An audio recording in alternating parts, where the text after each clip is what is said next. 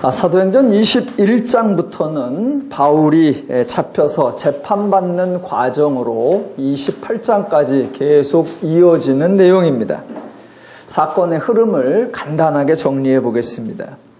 3차에 걸친 전도 여행을 마치고 예루살렘으로 복귀한 것이 21장 17절입니다.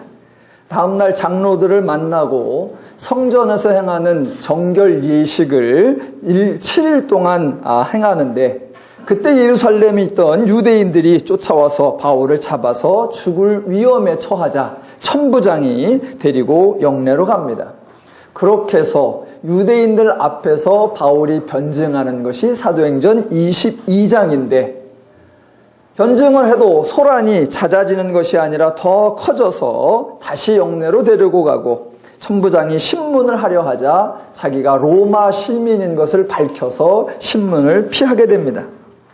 그 다음날 천부장이 공회를 소집해서 바울을 재판하려 하자 공회 앞에서 변증하는 것이 사도행전 23장인데, 그때 공회에는 사두개파 사람들과 바리새파 사람들이 섞여 있어서 바울을 재판하는 것이 아니라 자기들끼리 분쟁하는 그런 사태가 발생하기도 합니다. 다시 바울을 영내로 거두어 들이자 바울을 죽이기 전에는 먹지도 아니하고 마시지도 아니하겠다고 동맹하는 사람들이 40명이나 넘쳐서 천부장이 백부장 2명과 보병 200명, 기병 70명, 창병 200명, 총 도합 470명의 군대를 동원해서 바울을 예루살렘에서 가이사랴로 이송을 하게 됩니다. 그렇게 가이사랴로 이송된 후 닷새 후에 대제사장들과 장로들이 예루살렘에서부터 가이사랴까지 쫓아와서 바울을 고소하고, 그때 고소하는 측 변호인이 더둘로이고 바울은 변증을 하게 됩니다. 그것이 24장이었습니다. 하지만 재판이 연기되었고 수일 후에 벨릭스와 그 아내가 함께 바울을 불러 이야기를 듣기도 하였고, 그 후 2년이 지나서 벨릭스는 전근을 가게 되고 베스도라는 새로운 총독이 부임을 하게 됩니다. 본문의 언급대로라고 하면 바울은 사로잡혀 있는지 2년이 넘었고 재판 담당자도 바뀌었습니다. 바울은 2년도 넘게 감옥에서 견디고 있는데, 여러분은 바울의 재판에 관한 내용을 2주 설교하고 있다고 지치시면 안 됩니다. 더 견디셔야 됩니다. 자, 총독이 바뀌니까 재판이 새로 시작되고 모든 상황이 처음부터 다시 시작합니다. 그게 이제 25장입니다. 현재 바울은 가이사랴라는 지역에 사로잡혀 있습니다. 25장을 읽어보시면 날짜가 여러 번 바뀌는 것이 나옵니다. 날짜의 흐름을 한번 따라가 보면 1절에 베스도가 부임한 지 3일 후에 가이사랴에서 예루살렘으로 올라갑니다. 아마도 신임 총독으로서 지역을 순시하는 것 같습니다. 그러자 대제사장들과 유대인 중에 높은 사람들이 기다렸다는 듯이 바울을 고소하게 되고, 6절에 보면 베스도가 그들 가운데서 8일 혹은 10일을 지난 후에 가이사랴로 복귀합니다. 당연히 예루살렘에 있던 대제사장들과 장로들이 또 바울을 고소하기 위해 가이사랴까지 쫓아옵니다. 그래서 고소를 하게 되고, 13절에 보면 수일 후에 아그리빠 왕과 버니게가 베스도에게 문안하러 가이사랴에 와서 여러 날을 있었다라고 합니다. 저나 여러분이나 성경에 나오는 어떤 사람의 이름을 보면 그게 누구인지 쉽게 파악이 잘 안 됩니다. 그래서 여러분에게 참고적으로 좀 말씀을 드리면, 13절에 나오는 아그리빠라고 하는 사람의 이름은 원래는 헤롯 아그리빠입니다. 사도행전 12장에 보면 1절에 헤롯 왕이 사도들을 잡아 죽였다라는 기록이 나오는데, 그 헤롯 왕이 헤롯 1세고 그 왕의 아들이 오늘 25장 13절에 헤롯 아그리빠 2세입니다. 그리고 버니게라고 하는 사람은 그 아그리빠의 누이가 되는 사람입니다. 자, 새로 부임한 총독 베스도가 먼저 예루살렘을 순시하자 이제는 지역의 유대교 통치자인 아그리빠 왕이 답방 형식으로 가이사랴에 온 것입니다. 정황상으로 볼 때 아그리빠가 유대의 분봉왕이었기 때문에 훨씬 더 베스도보다 예수와 바울 사건에 대해 많이 알고 있을 것 같으니 베스도가 아그리빠에게 자문을 구하고 아그리빠도 바울의 말을 듣고 싶어 했다라고 기록되어 있습니다.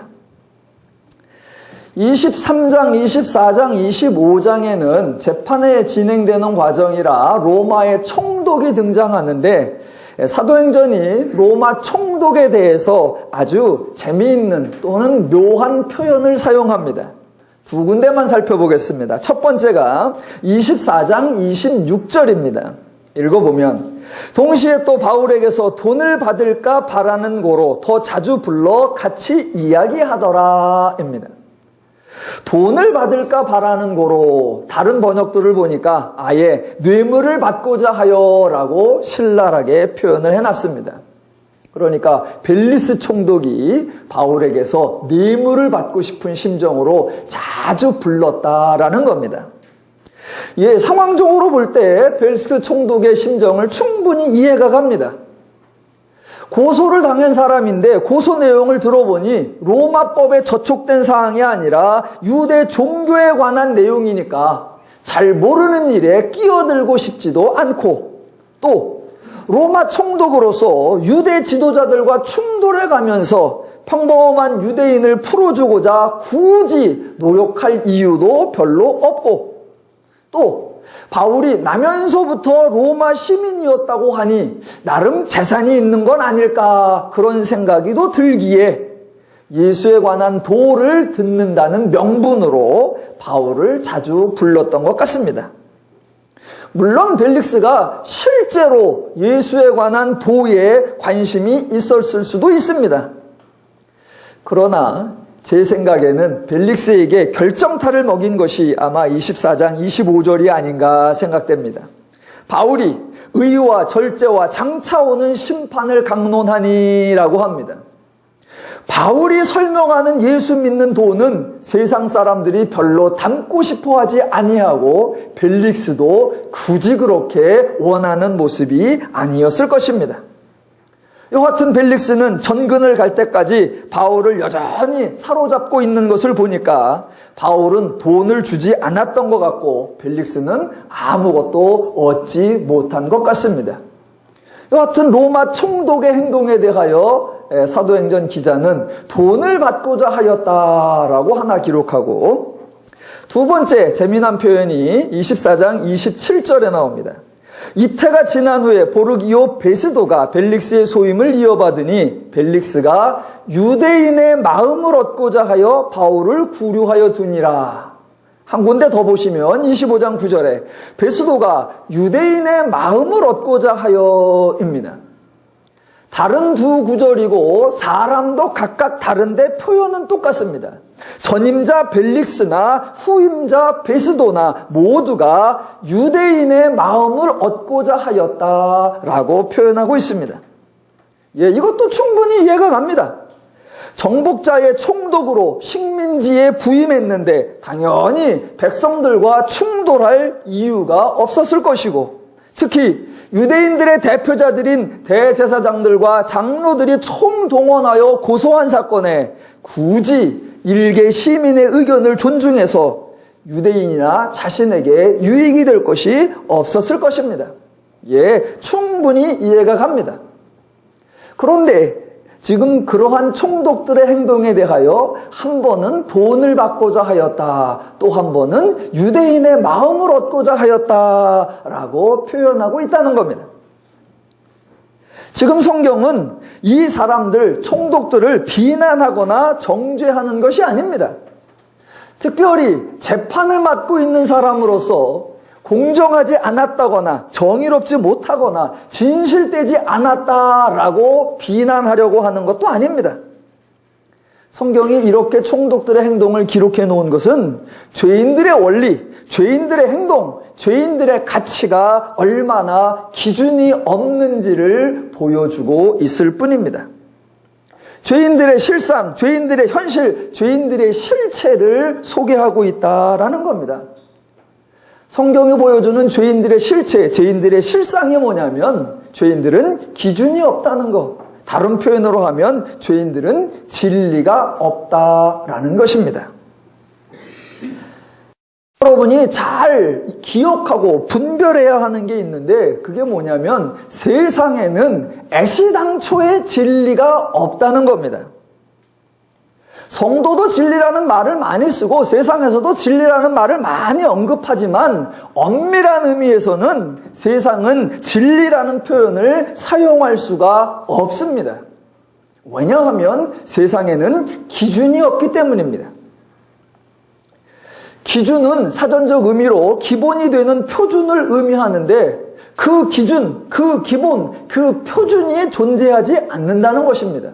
왜냐하면 누가 기준이고 무엇이 표준이고 그것을 기준이라고 누가 결정하며 그것이 표준이라고 누가 어떻게 알아차릴 수 있느냐는 겁니다. 세상에서는 진리라는 것도 자주 변했었고 진리를 결정하는 방법론조차도 계속해서 변해왔었습니다. 그러니까 기준 자체가 변하니까 그 기준에 근거하여 진리라는 것이 서야 하는데 기준 자체가 변하니까 진리라는 것 자체가 존재할 수 없는 것입니다. 기준을 다른 말로 하면 척도라고 합니다. 저 여러분이 척도라는 말은 한번 들어보셨을 겁니다. 주전 5세기경에 살았던 고대 그리스 철학자인 프로타고라스라는 사람이 인간은 만물의 척도다라고 했습니다. 그러면 기준 또는 척도는 변해야 되지 않는데 인류 역사에 척도 자체가 자꾸 변했다는 겁니다. 인간은 만물의 척도다. 예, 참 멋있는 선언을 했었습니다. 그런데 중세로 들어가 보면 종교가 모든 면에서 척도의 역할을 자임했었고 근대로 들어서면 과학이 척도가 되었었고 포스트 모더니즘 시대에는 척도는 없다라고 선언되기에 이르렀습니다. 세상은 척도, 즉 기준 자체가 변하기 때문에 진리가 존재할 수 없는 것입니다. 몇 년 전에 인문학 분야에서 아주 히트가 되었던 책이 있습니다. 여러분도 다 알고 계실 겁니다. 정의란 무엇인가 라는 책이었습니다. 그 책도 읽어보시면 정의 또는 진리가 무엇이냐라고 선언해 주는 것이 아니라 그동안 인류가 정의를 무엇이라고 생각해 왔는가 그 정의의 변천사를 보여주고 있을 뿐입니다. 세상은 기준이 없기에 진리 또는 정의를 규정하거나 선언할 수 없다는 것입니다.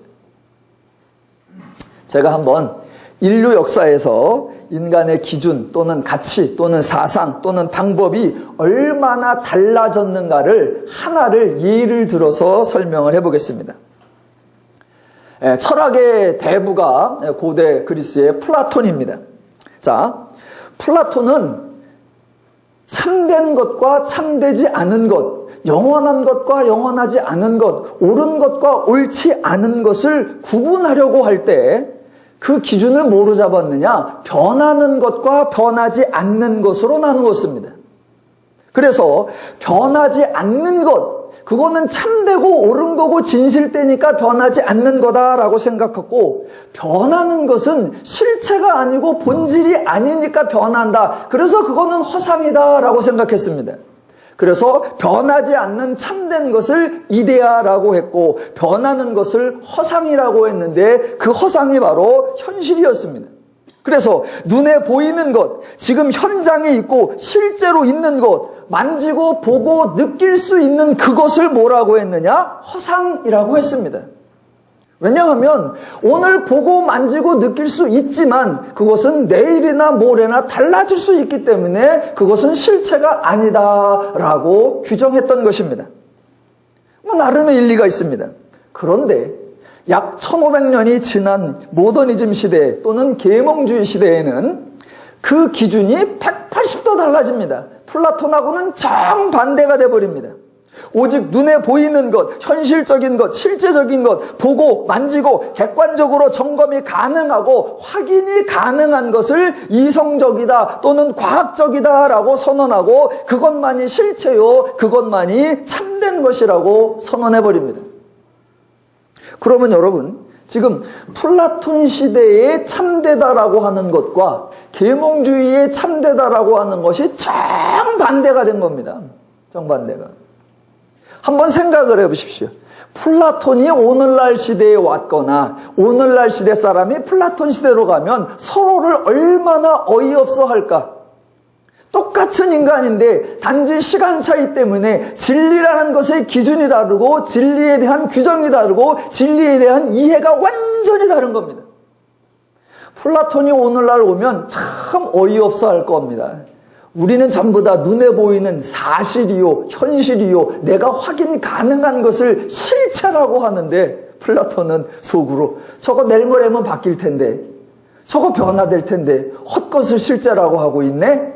그리고 웃을 것이고 오늘날 사람이 플라톤 시대로 가면 뭐요? 보이지도 않고 눈에 뵈지도 않고 만지지도 못하는 것 뜬구름 같은 것을 실체라고 그러고 뜬구름 같은 것을 진짜라고 그러네. 이 사람들은 뭔 소리를 하는 거요? 아마 서로 그럴 겁니다. 그러니까 어느 누구도 기준이 될 수 없고 어느 누구도 진리를 선언할 수 없는 것, 그게 죄인들 지혜의 한계입니다. 진리라는 말을 기독교가 하도 자주 쓰니까 성도 여러분은 익숙해져 있어서 모든 사람이 진리라는 말을 자주 사용하는 것 같은데 실제로는 진리라는 말을 사용하는 곳이 그렇게 많지 않습니다. 타종교에서는 진리라는 말을 거의 사용하지 않습니다. 절대적 진리, 보편적 진리를 언급하지 않습니다. 타종교에서는 진리라는 말 대신에 깨달음이라는 말을 사용하고 그때의 그 깨달음은 각자가 다 다른 겁니다. 모든 종교인들이 깨달아서 모두가 동의할 수 있는 절대적 진리에 도달하자, 그것이 아니라 각자가 옳고 각자가 바르고 각자가 차른다는 것을 깨닫자라고 하고 그 깨달음은 서로 다르다는 것을 인정하자라는 게 타종교의 주장입니다. 그래서 세상은 진리를 말하지만 그들이 말하는 진리는 단지 사실일 뿐이고 혹시 타종교에서 진리를 언급하면 그 진리는 깨달음을 말할 뿐이고 실제적으로 진리를 언급하고 진리를 존중하고 진리로 말미암아 삶을 바르고 참되게 사는 분들은 오직 성도 여러분인 줄로 믿습니다. 여러분은 정말로 대단하신 분들입니다. 아멘 안 하세요? 이런 칭찬을 들어보신 적이 없어서 그러시죠. 자, 제가 지금 총독들을 죄인으로 비난하고 바울은 우리 편이니까 바울은 좋게 편들어 주려고 그러는 것이 아닙니다. 자, 바울의 로마 시민권을 밝히는 장면을 조금 점검해 보겠습니다. 사도행전의 여러 정황들을 좀 아셔야 왜 이런 선언을 하고 왜 이런 행동을 하는지가 좀 더 파악이 잘 될 수 있습니다. 바울이 예수님을 만나서 개종을 하게 되는 것이 사도행전 9장입니다. 그래서 개종한 즉시부터 예수를 그리스도라 증언하여 유대인들을 당황하게 만들고 본인은 살해의 위협에 시달리게 됩니다. 그런데 바울은 그렇게 유대인들에게 반대를 받아도 유대인들에게 위협을 받아도 유대인들에게 고소를 받아도 절대로 자신이 로마 시민이라는 것을 밝히지 않았었습니다. 로마 시민인 자신이 유대인들에게 위협을 받고 있다라고 보고하면 신변 안전 요청을 요구하면 훨씬 더 보호를 받을 수 있었을 것입니다. 그런데 그런 행동을 하지 않습니다. 그러다가 사도행전 16장에 가면 빌립보라고 하는 지역에서 고발을 당해 매를 많이 맞고 감옥에 갇히게 됩니다. 그날 밤 감옥문이 열려서 탈옥할 수 있게 되었는데도 나가지 않고 아침까지 기다렸다가 아침에 간수들에게 자신이 로마 시민인 것을 그제야 밝히고 죄도 정하지 아니하고 때리고 옥에 가두는 것이 불법이다라고 지적한 후에 상관들을 불러서 사과를 받은 후에 나가게 됩니다.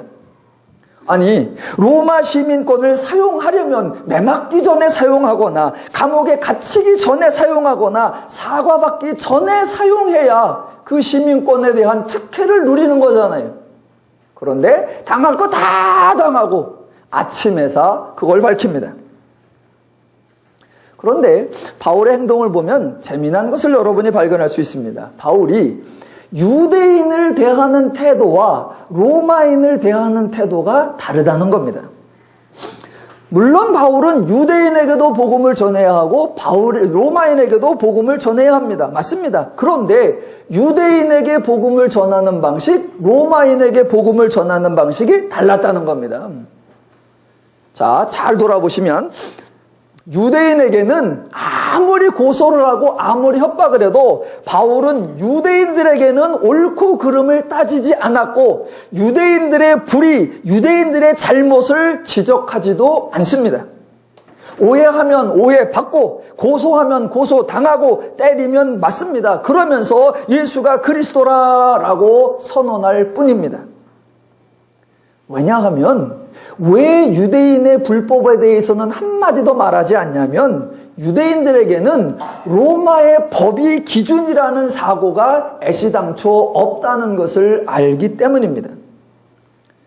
유대인들은 로마법을 어겼느냐 안 어겼느냐, 로마의 법에 맞게 절차를 진행했느냐 안 했느냐, 그거는 상관하지 않습니다. 유대인들은 유대교에 대항하는 것, 유대교의 중심인 토라를 어기는 것, 그게 불법이요 그게 불의라고 생각하고 있을 뿐입니다. 그래서 바울은 예수를 전하면서도 절대로 유대교에 저항하거나 유대교가 틀렸다고 지적하거나 유대교의 지도자들의 잘못이 있다라는 표현이나 행동을 일체 하지 않습니다. 그런데 로마 사람들에게는 전혀 다르게 대합니다. 왜?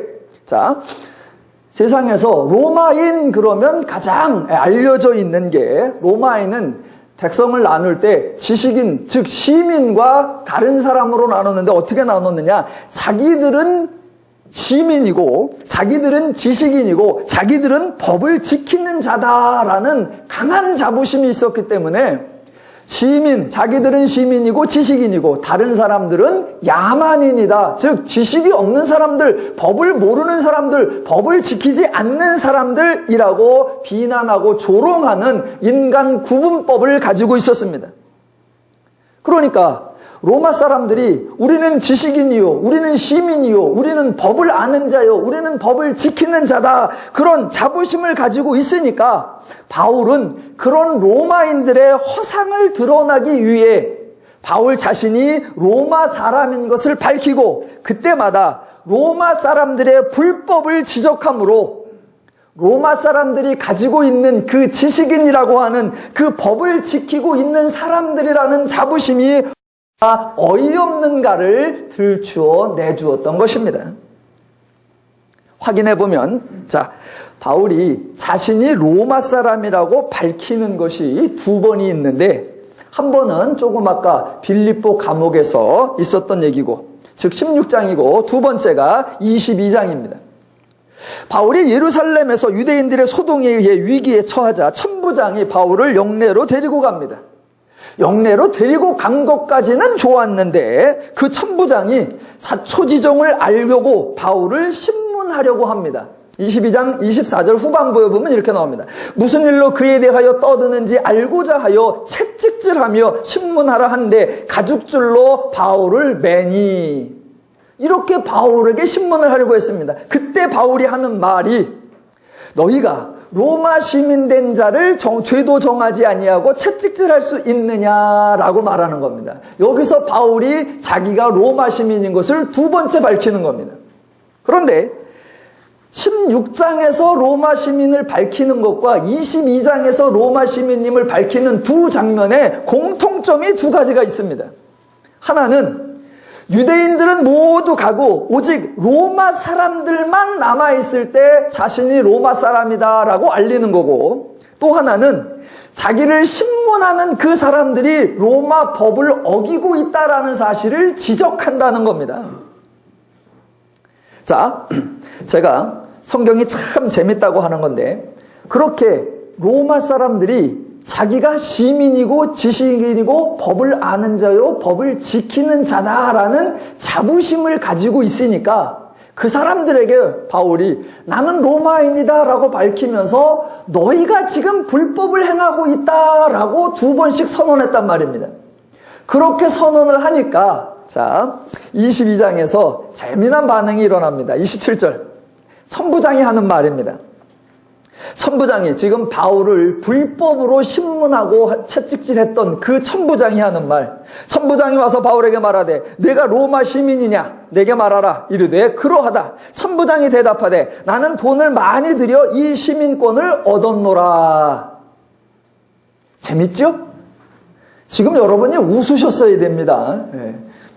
다음부터는 저도 여기다 하나 뭘 영상을 하나 해놓고 탁 누르면 여기 웃음 그러면 다 웃으시고 그래서 졸음 그러면 졸으시고 이제 그런 보조 장치를 제가 하도록 하겠습니다. 자 거기서 웃으셨어야 돼요. 왜냐하면 자 로마 시민 로마인이라는 표현이 지식인이다 법을 아는 자다라고 했습니다. 그런데 그 로마인의 행동이 지금 불법을 행하고 있는 겁니다. 불법을 행하고 있는 그들에게 너희는 왜 불법을 행하고 있느냐? 바울이 로마 시민임을 밝히고 그렇게 지적을 하니까 그때 천부장이 하는 말 너 로마 시민이야? 응, 나도 로마 시민이야. 근데 너 어떻게 로마 시민이 됐니? 나는 돈 주고 됐는데 그 자체가 지금 어떻게 된 거다? 불법으로 된 거란 말입니다. 바울은 나면서부터 로마인이에요. 지금 법을 아는 자라고 말하는 사람들이 불법을 행하고 있고 그래서 지적을 하니까 그렇구나가 아니라 어떻게 됐니? 나는 불법으로 로마인이 됐는데 라고 말하고 있단 말입니다. 그러니까 지금 로마인이 전혀 지식이나 법을 지키는 사람이 아니고 있단 말입니다. 지금 성경이 너희들은 다 가짜야. 너희들은 다 외식하는 자야. 너희들은 다 겉과 속이 다른 놈들이야. 너희는 다 겉멋이 들은 놈들이야. 이렇게 지적을 하는 것이 아니라 아주 고상하게 바울이 자기가 로마 시민이고 그들이 불법을 행하는 것을 지적하는 것 속에서 그들이 얼마나 허위적이며 그들이 얼마나 쇼적인 삶을 살고 있는가 그것을 표현해주고 있습니다. 자, 바울이 로마 시민권을 이용하는 게 세 번째가 오늘 본문 사도행전 25장입니다. 조금만 더 설명을 드려보면 자 1절로 5절은 베스도가 예루살렘을 방문한 것이고 6절부터는 다시 가이사라로 돌아온 상황입니다. 그렇게 가이사라에서 재판이 열려서 6절은 고소하는 내용이고 7절은 변론하는 내용입니다. 그런데 그 가이사라에서 베스도 총독 앞에서 재판을 하고 있는 중에 변수가 발생합니다. 변수가 뭐냐? 9절이에요.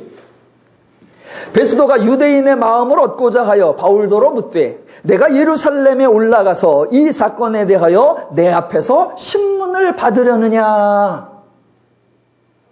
자, 여러분이 지금 이 상황을 잘 보셔야 됩니다. 지금 베스도는 다분히 의도적이고 다분히 유대인의 입장에 서고 다분히 바울에게 불리한 조치를 취하려고 하고 있습니다.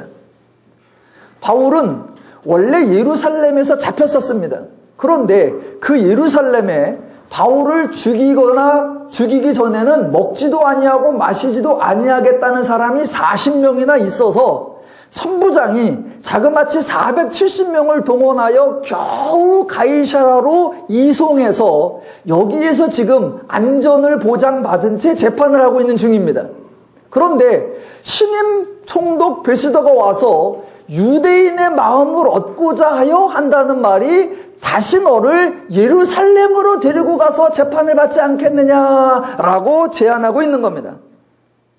지금 베스도는 철저하게 유대인의 입장에서 유대인에게 유리하도록 상황을 전개하려고 하고 있습니다. 바로 그때 하는 말이 10절 바울이 하는 말. 내가 가이사의 재판 자리에 섰으니 마땅히 거기서 신문을 받을 것이라. 이게 그 유명한 가이사에게 상소한 장면입니다. 그러면서 이어지는 말이 아주 의미심장합니다. 자, 10절 이하. 당신도 잘 아시는 바와 같이 내가 유대인들에게 불의를 행한 일이 없나이다. 만일 내가 불의를 행하여 무슨 죽을 죄를 지었으면 죽기를 사양하지 아니할 것이나 만일 이 사람들이 나를 고발하는 것이 다 사실이 아니면 아무도 나를 그들에게 내줄 수 없나이다. 내가 가이사께 상소하노라 한대입니다.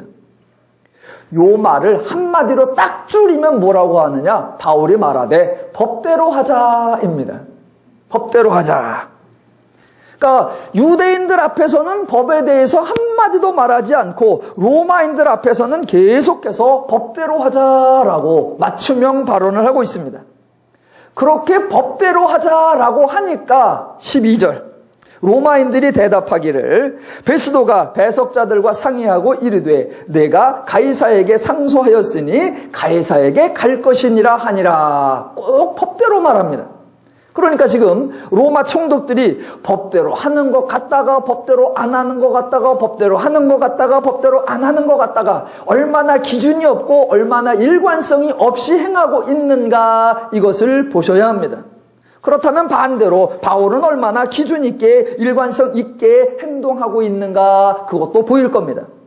자, 지금 바울이 총독에게 법대로 하자라고 가이사에게 상소를 했습니다.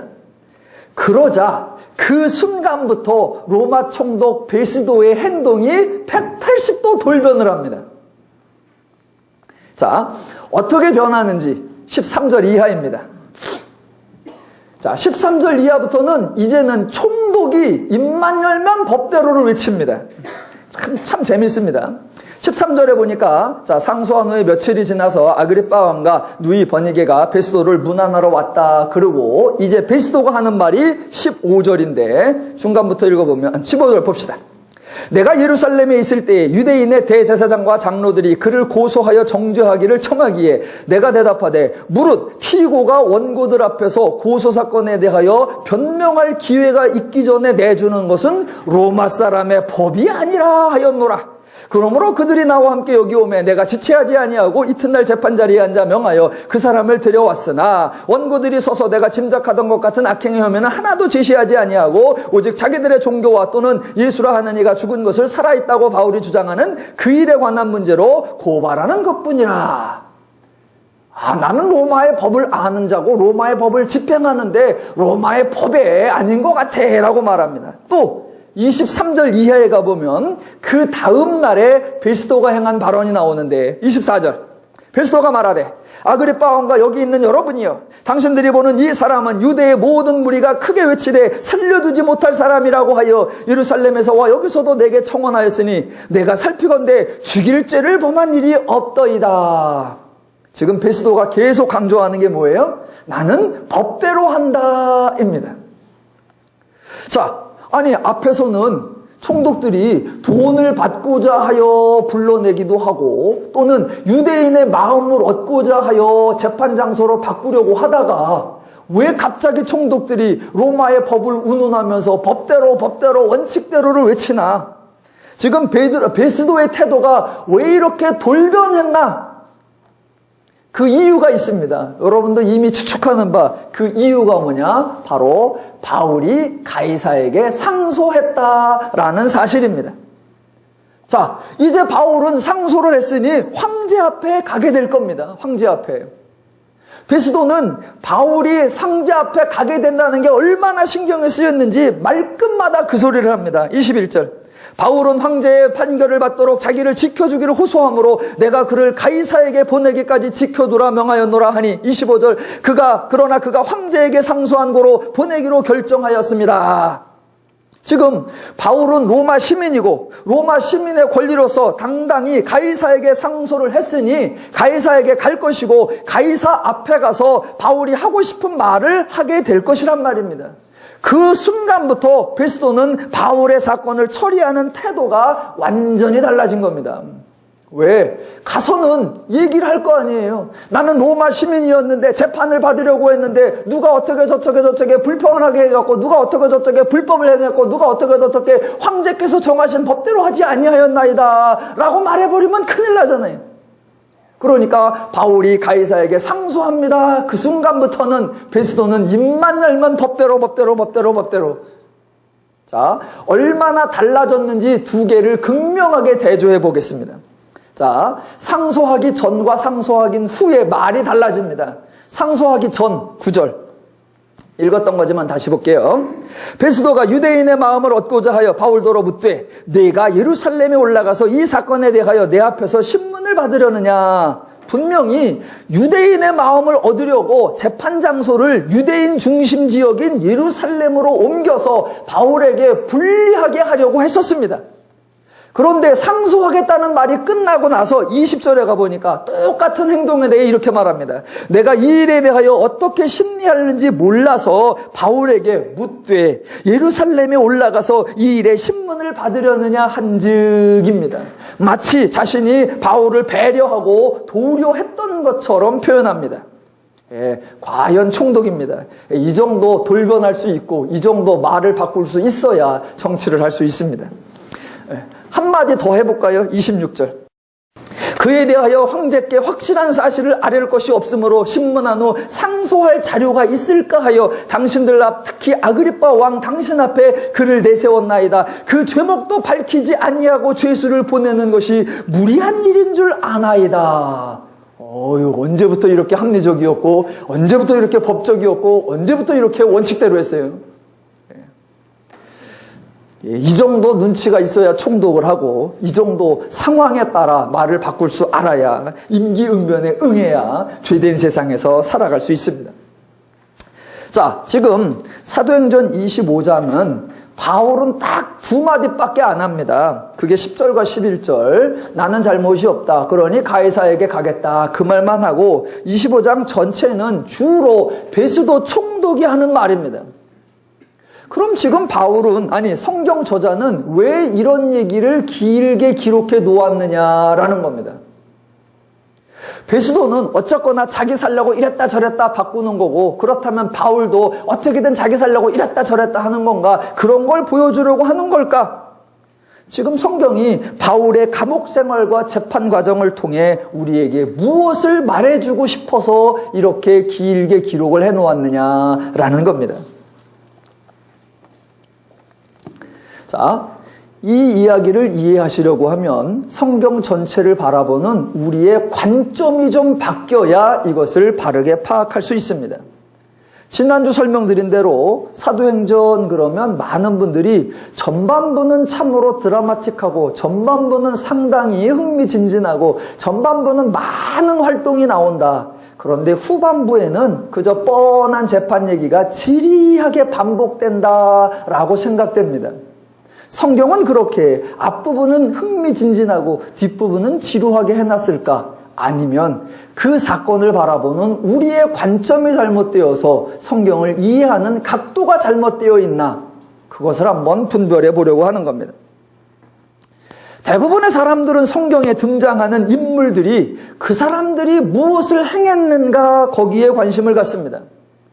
그러나 성경은 어떤 사람이 어떤 일을 행했는가 그걸 말하려는 것이 아니라 하나님이 인간을 위해 하신 일이 무엇인가 그거를 소개해 주는 겁니다.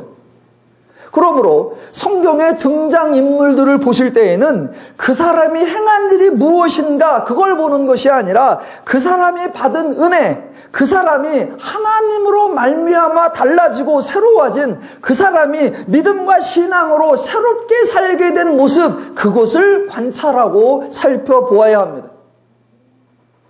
누누이 언급하지만 기독교는 하나님께서 인간에게 이것을 이루어내라, 저것을 만들어내라 이 일을 시키신 적이 없습니다.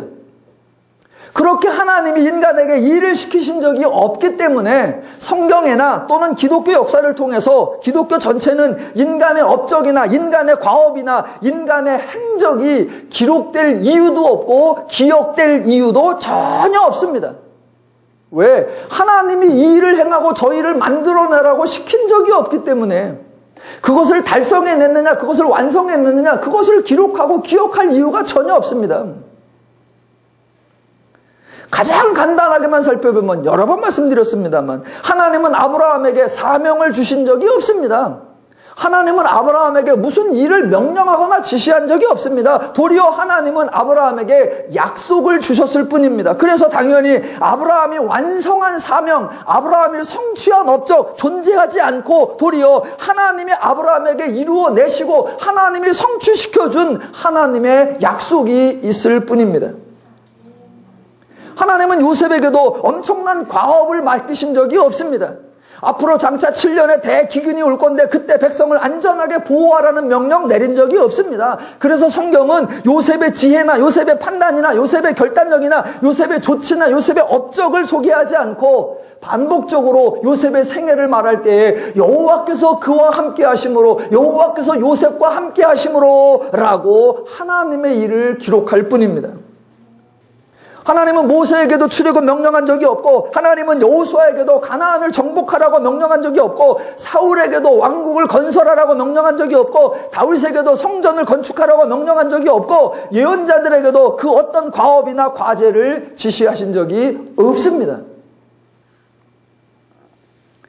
신약으로 넘어와서 복음서도 마찬가지입니다. 예수님은 언제나 사역의 주체자였지 사역의 위임자이거나 사역의 감찰자, 감독자가 아니었습니다. 물론 예수님이 제자들을 부르셨습니다. 하지만 이 일을 맡기기 위한 것이 아니었습니다. 물론 예수님이 제자들을 파송하시기도 하셨습니다. 그러나 모든 준비 예수님이 담당하셨습니다. 그래서 제자들에게 더러운 귀신을 쫓아내며 모든 병과 모든 약한 것을 고치는 권능도 다 예수님이 주셨습니다. 그래서 제자들은 예수님을 위해서 희생이나 헌신한 것이 한 번도 없고 도리어 예수님께 많은 것을 받았고 예수님으로 말미암아 이런저런 활동을 행할 수 있었습니다. 그러니까 제자들 때문에 예수님에게 보탬이 된 적 한 번도 없고 전반대로 예수님 때문에 제자들의 삶이 변화되고 달라지고 새로워질 수 있었던 것입니다. 성경은 언제나 그렇습니다. 그러니 인간의 행적, 인간의 업적, 인간의 성취한 일 기록될 이유도 없고 기억할 이유도 없습니다. 사도행전 동일합니다. 사도행전 제자들이 하나님께로 맡은 사명을 완수하기 위해 초조해하지 않았습니다. 목적 달성을 위해 안절부절하지도 않았습니다. 무엇인가를 이루어내기 위한 계획이나 프로그램도 전혀 없었습니다. 도리어 사도들은, 제자들은 하나님의 은혜를 입었습니다. 그렇게 하나님의 은혜를 입었기 때문에 제자들의 손을 통해 이적과 치유가 행해졌고 제자들의 입을 통해 하나님의 복음이 전파되었습니다. 모두가 하나님이 함께 하시고 하나님이 역사하신 결과들일 뿐입니다.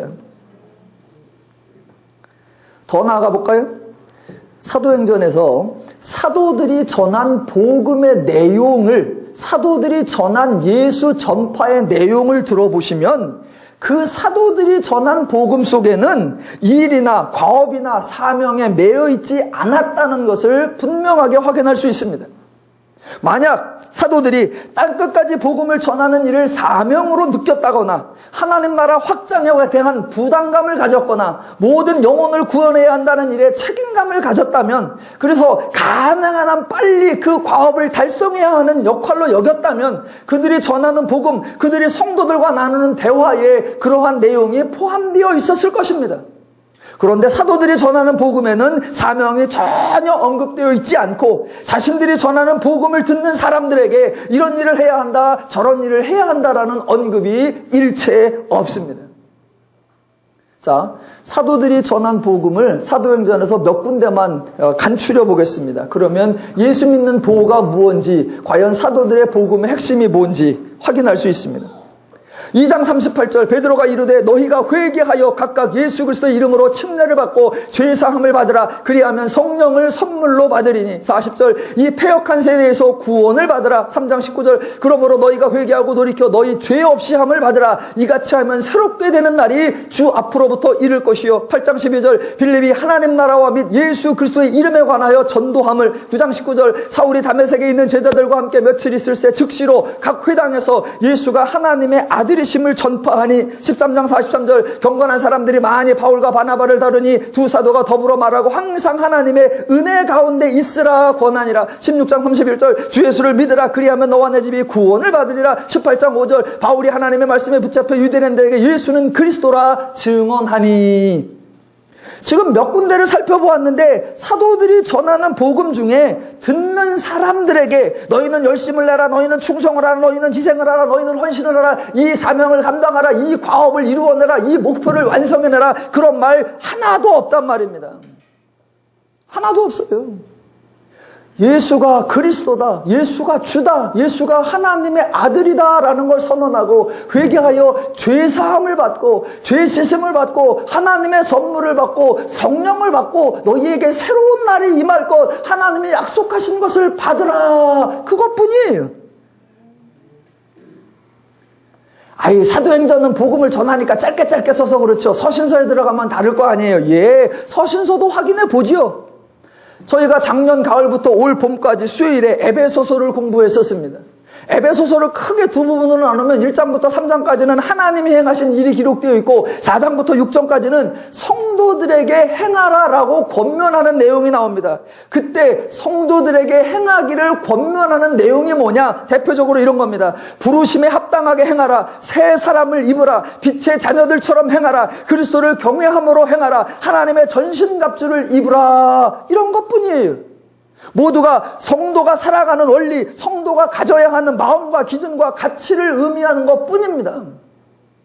그래서 어둠의 일을 버리고 빛의 일을 입으라, 옛사람을 벗어버리고 새 사람을 입으라, 다 그런 하나님의 원리, 하나님의 기준, 하나님의 가치, 하나님의 마음에 관한 거예요. 그거지 서신서 어디에도 이런 일을 행해야 된다, 저런 과업을 행해야 된다, 하나님께 맡은 사명을 완수해야 된다, 그런 거 전혀 없습니다. 이게 기독교의 본질이. 지금 왜 이런 말씀을 드리느냐? 지금 감옥에 갇혀있는 상태의 바울의 삶을 어떻게 평가할 거냐, 그것 때문에 여러분에게 하는 말입니다. 사도행전 21장 이후부터 진행되는 바울의 감옥 생활과 반복되는 변론, 이게 무슨 의미가 있습니까? 만약 바울의 생을, 바울의 사역자로서의 사역을 평가하라고 한다면 뭐라고 할까요? 혹시 이렇게 하진 않겠습니까? 아, 바울은 예수를 만나는 순간부터 오직 예수를 위해 전력 질주하여 3차에 걸친 전도 여행을 하고 가는 곳마다 교회를 세우는 위대한 업적을 이루었으나 말년에는 감옥에 갇혀 쓸쓸한 여생을 보냈다. 그래서 전반부는 화려하게 포장하고 뒤에부는 별일 없이 그냥 다른 사람 늙어서 죽어가듯이 감옥에서 어느 날 그냥 죽어갔다라고 평가하지는 않을까요? 성경이 그런 식으로 소개하려고 하는 걸까요? 아니요. 저 여러분이 성경을 바라보는, 성경이 의도하는 관점을 바꿔야 한다는 겁니다. 자, 사도행전 1장 13절에 가보면 예수님의 제자들의 명단이 나옵니다. 마태복음 10장 1, 2절에 거기 보면 예수님의 제자 12명의 이름이 나오는데 그 중에 자살한 사람 유다만 빼고 나머지 11명의 제자 이름이 사도행전 1장 13절 이하에 나옵니다. 자, 모든 사람이 다 같이 모여 있었고 그들 가운데 성령이 동일하게 임했습니다. 자, 그래서 모든 제자가 다 같이 성령을 받았는데 사도행전 3장부터 보면 주로 베드로의 사역만이 등장합니다. 베드로만이 사역하고 요한은 옆에 있습니다, 그냥. 그렇다면 베드로는 그렇게 활동하고 요한은 꼽살이라도 꼈고 나머지 10명은 어디 가서 뭐하고 있나요? 성경은 지금 그 두 사람은 그래도 성령 받은 역할을 담대하게 해냈는데 나머지 10명은 흔적도 없다라고 그들을 비하시키는 걸까요? 아니면 반대로 베드로와 요한은 성령 결과를 잘 드러냈다라고 칭찬하려고 하는 걸까요? 그런 것이 아니라는 말입니다. 사도행전 6장에 가보면 교회가 선출한 7명의 집사의 이름이 등장합니다. 그리고는 스데반과 빌립의 활동만이 소개되고 있습니다. 그렇다면 나머지 5명은 아무것도 안 했을까요? 성경이 베드로의 활약과 스데반과 빌립의 활약과 바울의 초기의 활약을 위대한 것으로 펼쳐주고 나머지 사람들은 그저 그렇게 살았거나 바울의 말년도 그저 그렇게 지냈다라고 평가하는 것일까요? 그렇게 평가하고 그렇게 인식하고 그렇게 기억한다면 성경의 의도를 우리 모두가 여전히 죄적인 가치로 판단하고 있는 것이며 성도의 모습을 우리가 모두 오해하고 있다는 겁니다. 자, 그런 의미에서 성경의 아주 중요한 구절이 히브리서 11장에 나옵니다. 히브리서 11장 그러면 여러분은 전반부에 나오는 믿음의 사람들 대부분 기억을 하실 겁니다. 그렇게 기억을 하다가 또는 히브리서 11장 33절과 34절에 나오는 위대한 업적들을 기억할 겁니다. 이렇게 나옵니다. 성경에. 그들은 믿음으로 나라들을 이기기도 하며 의를 행하기도 하며 약속을 받기도 하며 사자들의 입을 막기도 하며 불의 세력을 멸하기도 하며 칼날을 피하기도 하며 연약한 가운데서 강하게 되기도 하며 전쟁에 용감하게 되어 이방 사람들의 진을 물리치기도 하며 여자들은 자기의 죽은 자들의 부활을 받아들이기도 하며 봐라 이러한 업적을 행했고 이러한 능력과 권세를 행했다라고 기억하고 싶을 겁니다. 예, 좋습니다. 그러나 동시에 히브리서에는 그 다음 이야기도 있다는 것을 기억하셔야 됩니다. 동일한 가치로 다음 구절에 이렇게 기록합니다. 어떤 이들은 더 좋은 부활을 얻고자 하여 심한 고문을 받되 구차히 풀려나기를 원하지 아니하였으며 또 어떤 이들은 조롱과 채찍질 뿐 아니라 결박과 옥에 갇히는 시련도 받았으며 돌로 치는 것과 톱으로 켜는 것과 시험과 칼로 죽임을 당하고 양과 염소의 가죽을 입고 유리하여 궁핍과 환난과 학대를 받았으니 그들이 광야와 산과 동굴과 토굴에 유리하였느니라 입니다. 그리고 그러한 성도들의 삶에 대하여 성경은 위대한 평가, 위대한 선언을 해줍니다. 뭐라고 선언합니까? 이런 사람은 세상이 감당치 못하느니라. 오늘 본문 마지막에서 베스도는 이렇게 말합니다. 바울을 가이사에게 보낼 때에 자, 죄인인데 어떤 죄가 있는지도 알지 못한 채 그냥 보내는 것은 무리한 일이다라고 표현합니다.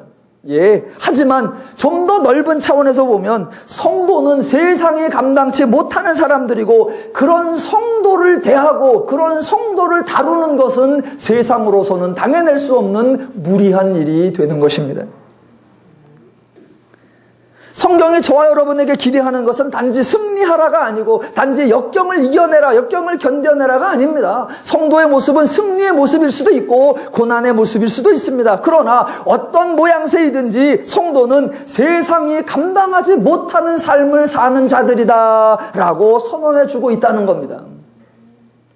이것은 세상과 비교하여 우위를 점하라는 의미도 아니고 세상과 경쟁하여 이기라는 의미도 절대로 아니고 성도는 세상과 구별된 즉 죄의 원리가 다르고 죄의 가치와 다르고 죄의 방법과 다르고 죄의 평가와 다른 삶을 사는 자들이라는 것입니다. 그래서 지금 성경은 베드로나 빌립이나 스데반이나 바울이 전반부에 행했던 그 능력과 권세 그것뿐만이 아니라 후반부에 나오는 인내와 의와 절제와 온유와 양선도 똑같이 하나님의 은혜를 입은 성령의 권세를 받은 그리스도인의 삶의 모습으로 우리에게 위대한 사역의 모습으로 소개하고 있다라는 것입니다. 그래서 성도가 행하는 가장 위대한 사역은 뭐냐? 하나님의 원리를 가지고 이 땅에서 당당하게 살아가는 것, 그게 성도가 행하는 가장 위대한 사역이고 여러분은 지금 그 사역을 행하고 계신 것입니다. 여러분도 마찬가지고 저도 마찬가지고 다른 사람들이 너는 그리스도를 위해서 무엇을 행했느냐? 하나님 나라를 위해서 무슨 일을 했느냐? 하나님의 영광을 위하여 무엇을 행했느냐라고 하면 저도 마찬가지고 여러분도 마찬가지고 내놓을 게 뭐 있겠습니까? 저도 목회자 세미나 가면 맨날 욕만 먹고 옵니다. 교회 성장 세미나 가면 맨날 혼나고 와요. 그따위로 해서 되냐? 그 정도 열심으로 해서 되냐? 고그런 걸 해서 되냐? 맨날 혼만 나고 와요. 그래서 안 가. 성경은 그렇게 말하는 것이 아닙니다. 성도가 하나님의 구원받은 성도가 하나님의 원리를 가지고 이 땅에 존재하는 것, 성도가 하나님의 믿음을 가지고 이 땅에서 살아가는 것, 그것이 바로 위대한 성도의 삶이요, 그것이 바로 하나님의 귀한 역사를 이루어내는 삶이라고 저 여러분을 칭찬하며 격려하며 응원하는 줄로 믿습니다.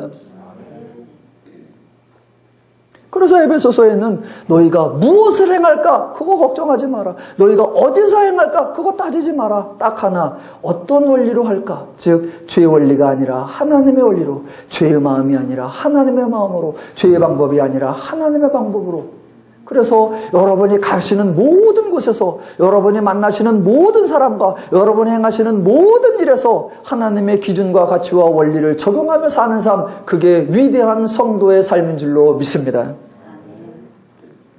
세상의 기준과 가치와 평가에 연연해하지 말고 성도됨을 알고 성도됨을 구현하며 성도됨을 누리며 살아가는 멋진 성도의 삶이 되시기를 주님의 이름으로 축원합니다.